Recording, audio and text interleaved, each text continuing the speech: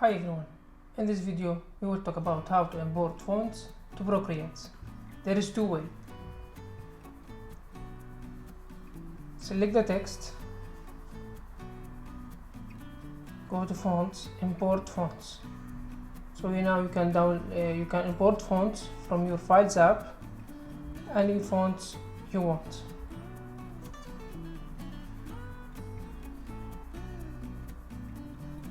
You will find your fonts here. Second way to import fonts is going to the Files app, select share and share to Procreate. Import it. You will find.